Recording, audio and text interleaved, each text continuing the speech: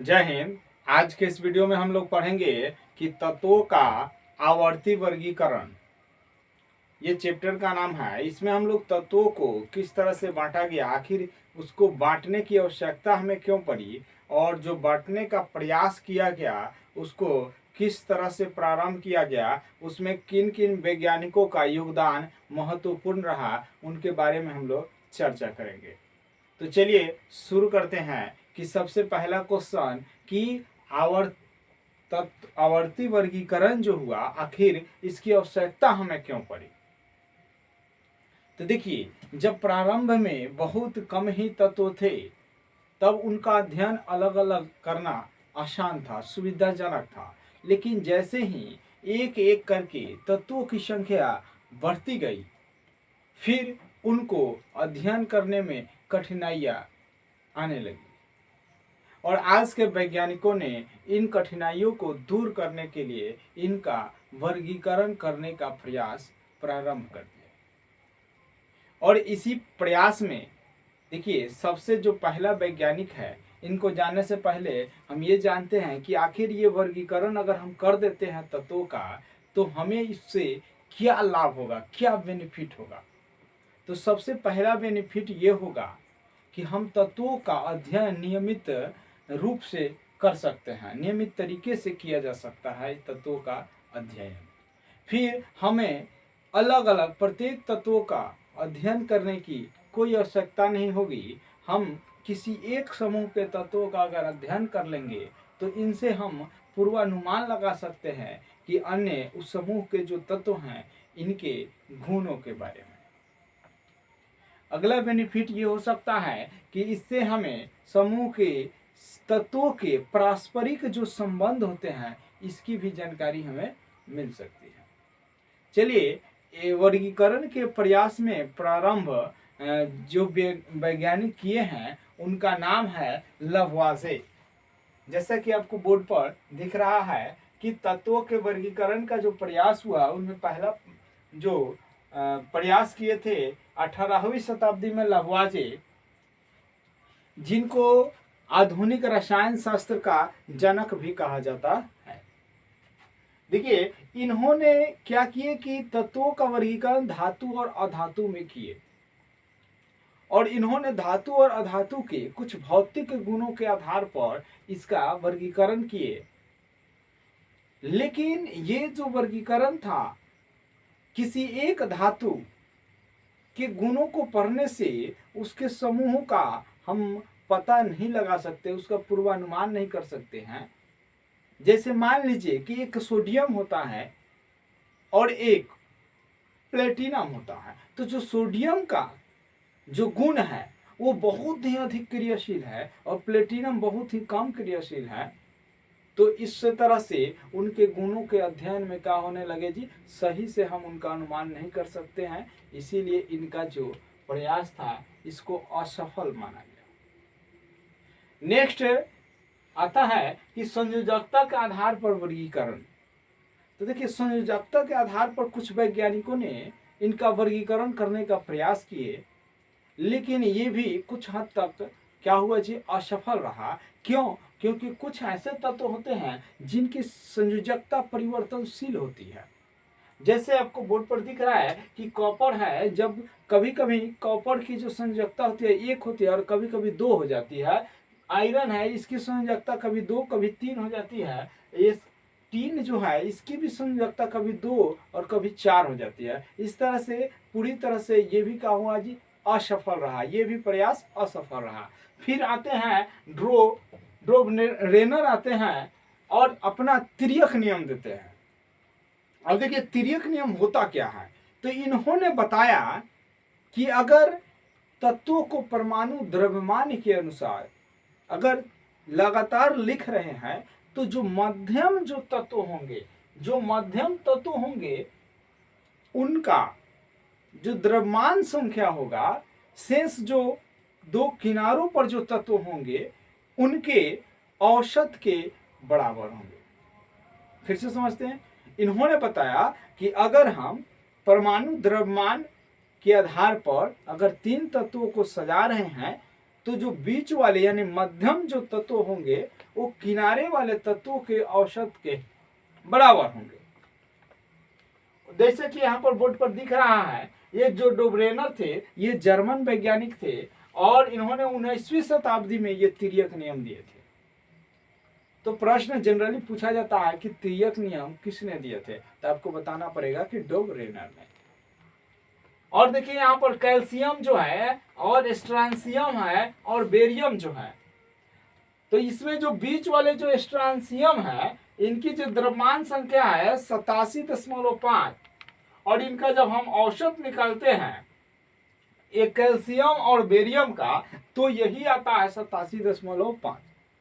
लेकिन ये हल्के तत्वों के लिए कारगर रहा, लेकिन जो भारी भारी तत्वों की बारी आई तो ये नियम असफल रहा, पूरी तरह से असफल रहा और इसीलिए इनका भी जो वर्गीकरण का प्रयास है इसको असफल ही माना जाता है। फिर नेक्स्ट आते हैं न्यूलैंड्स और इन्होंने 1865-66 में, यानी ये जो अंग्रेज वैज्ञानिक थे, ये न्यूलैंड्स कौन थे जी, ये अंग्रेज वैज्ञानिक थे। इनकी उपलब्धि ये थी, इन्होंने अष्टक नियम दिया और इन्होंने बताया कि जिस तरह से संगीत का पहला, संगीत के जो स्वर होते हैं उसके जो पहला स्वर होता है 8वें स्वर के समान ही होता है, ठीक उसी तरह से इन्होंने बताया कि अगर परमाणु द्रव्यमान के आधार पर अगर तत्वों को सजाया जाए तो जो 8वां तत्व होंगे और पहला तत्व इनके गुण क्या होंगे जी, समान होंगे। जैसा कि आपको यहाँ पर चित्र में दिख रहा है, ये है आपके न्यूलैंड्स का जो इन्होंने तत्वों को वर्गीकरण किए थे और संगीत की तरह से जो अष्टक नियम दिए हैं ये आपका इसी तरह से इन्होंने सजाया था। लेकिन इनकी जो वर्गीकरण था ये भी कुछ हद तक जाने के बाद, चूंकि उस समय जो तत्वों की संख्या थी वो बहुत ही कम थी, तो ये नहीं सोचे थे कि आने वाले भविष्य में और भी तत्वों की खोज हो सकती है। इसीलिए इनका जो वर्गीकरण रहा ये भी असफल रहा। लेकिन ये कुछ उपलब्धि भी हासिल किए जो जिनसे आगे के जो वर्गीकरण का जो प्रयास है वो इनके आधार पर सफल होने के करीब हो गया। तो इनकी क्या उपलब्धियां हैं, तो इनकी उपलब्धियां थी कि इन्होंने बताया कि जो तत्वों के गुण होते हैं वो परमाणु द्रव्यमान पर निर्भर होते हैं और जो तत्वों के गुण होते हैं वो आवर्ती होते हैं। और इन्हीं से प्रेरणा लेकर जो मेंडलीव हैं जो रूसी वैज्ञानिक हैं और इन्होंने 1869 में इनसे प्रेरित होकर, यानी न्यूलैंड्स की जो अष्टक नियम है, अष्टक नियम से प्रेरित होकर और इन्होंने अपना आवर्त सारणी बनाना शुरू कर दिए जो परमाणु द्रव्यमान पर आधारित था। और देखिए जो मेंडलीव हैं और मेंडलीव के समय में जो तत्व थे वो 63 ही तत्व थे।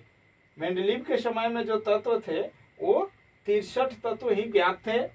मेंडलीव ने जो आवर्त सारणी दिए वो पूर्णतः परमाणु द्रव्यमान पर आधारित था और इन्होंने जो आवर्त सारणी बनाया अपना ये 1871 में बनाया। और देखिए जैसा कि आपको यहाँ चित्र में दिख रहा है इसी तरह से इन्होंने अपना आवर्त सारणी दिए। इन्होंने अपनी आवर्त सारणी में कुछ स्थान रिक्त छोड़ दिए ताकि आने वाले भविष्य में जब तत्वों की प्राप्ति होगी, खोज होगी, तो उसमें उन तत्वों को रख दिया जाएगा। और ये सही भी हुआ कि आने वाले तत्वों में जो खोज हुआ स्कैंडियम की, गैलियम की और जर्मेनियम की, उस रिक्त स्थानों में उसको भर दिया गया। इन्होंने जब छोड़ा था रिक्त स्थान तो इन्होंने नाम दिया था एक का बोरान, एक का एल्युमिनियम और एक का जर्मेनियम। यहाँ पर देखिए आवर्त सारणी जो मेंडलीव के है, इसमें आवर्तों की जो संख्या है 7 है। आवर्तों की संख्या कितनी है जी? 7 है। और जो वर्ग है ये आपके 8 वर्ग ऐसे हैं जो ए बी उप वर्गों में विभाजित किए गए हैं, और एक जो अंतिम वर्ग जो आपको यहाँ पर दिख रहा है, ये जो है जो शून्य वर्ग कहलाते हैं। और इस तरह से मिलाकर अगर मेंडलीव की आवर्त सारणी में पूछे आपसे कितने वर्ग होते हैं, तो आप कहिएगा 9 वर्ग होते हैं। शून्य वर्ग में इन्होंने क्या रखा था जी? तो अक्रिय गैसों को शून्य वर्गों में रखा गया, रखे थे। फिर आगे मेंडलीव के जो आवर्त सारणी थे, इनकी क्या उपयोगिता है, इनको हम लोग समझते हैं। पहले बात आपको पता है कि इनकी जो आवर्त सारणी है, इनसे हमें नियमित अध्ययन में सुविधा मिली। नए तत्वों का पूर्वानुमान हम कर सकते थे। परमाणु द्रव्यमान में सुधार हुआ। जैसे कुछ वैज्ञानिक पहले थोड़ा गलत परमाणु द्रव्यमान बता दिए थे, जिनको मेंडलीव के आवर्त सारणी के आधार पर उसमें भी सुधार किया गया।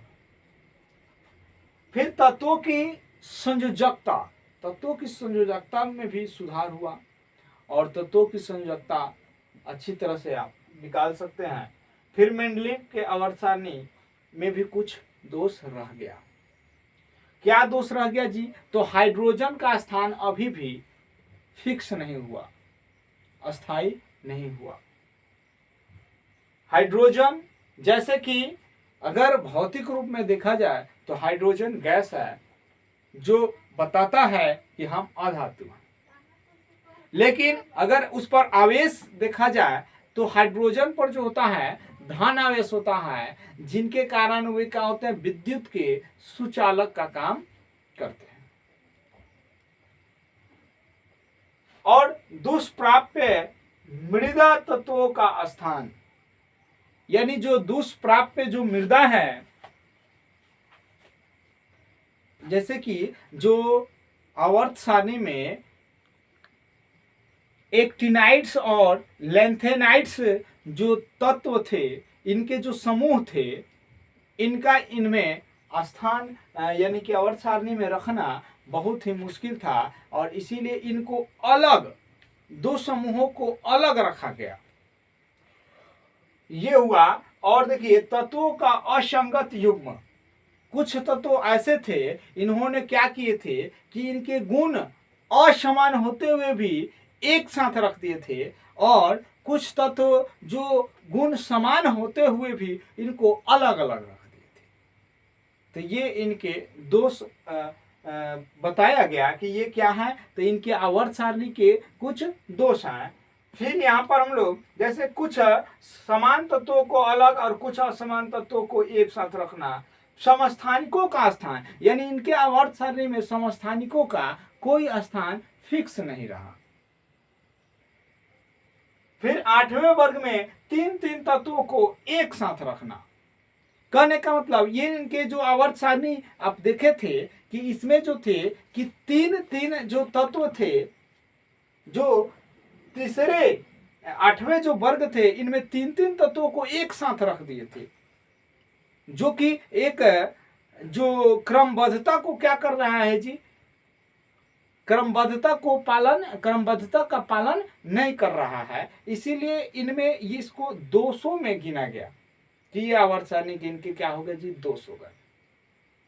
फिर आते हैं मेंडलीव के बाद मोसले, और मोसले ने आधुनिक आवर्त सारणी देते हैं, और उनका जो आवर्त सारणी है वो परमाणु संख्या पर यानी परमाणु क्रमांक पर आधारित होता है। इसको हम लोग अगले क्लास में हम लोग पढ़ेंगे। तब तक बने रहिए, और इसको आप बार बार पॉज करके और फिर से इसको सुन सकते हैं, देख सकते हैं, और इसको नोट भी कर सकते हैं। और तब तक बने रहिए हमारे इस चैनल पर। धन्यवाद।